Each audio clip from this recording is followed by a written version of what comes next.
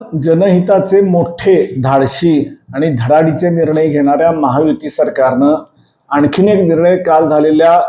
मंत्रिमंडळाच्या बैठकीमध्ये केलेला आहे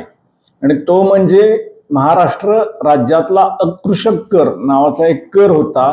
तो रद्द करायचा निर्णय महाराष्ट्र शासनाने घेतलेला आहे.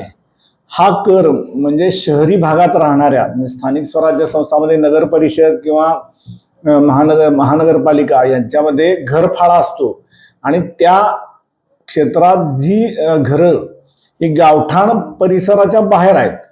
अशांना, म्हणजे ज्यांना प्रॉपर्टी कार्ड नाही आहे, 7-12 ज्यांचा होतो